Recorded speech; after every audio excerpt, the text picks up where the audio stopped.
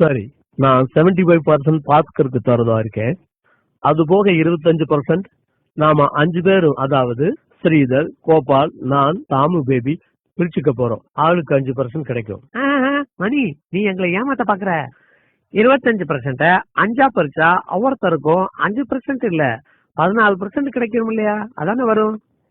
இல்ல இல்ல, கேளுப்பா, நான் உங்களை ஏமாத்த மாட்டேன், எப்பவுமே ஏமாத்த மாட்டேன்.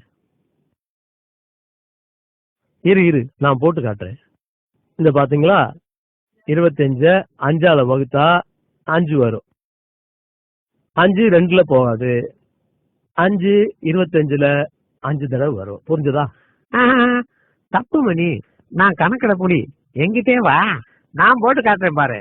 5 25 5 2ல போகுமா? போகாது. 5 5ல ஒரு தடவை போகும். இப்ப 2 சும்மா இருக்கு, அத கீழே கொண்டு வந்துருவோம். 5ஆல 20 வகுத்தா 4. கணக்கு இப்படி போடணும். 25 5ஆல வகுத்தா 14. ஓ நோ, நான் உனக்கு புரிய வைக்கிறேன். இதோ பாரு,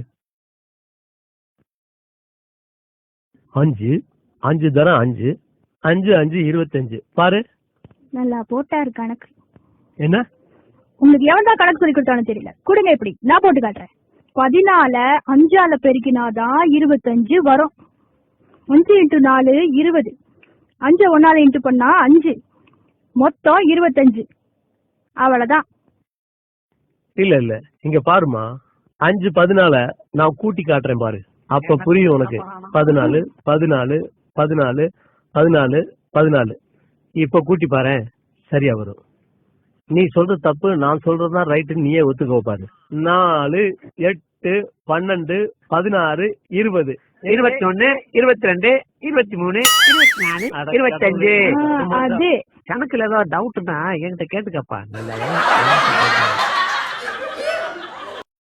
அடச்சா,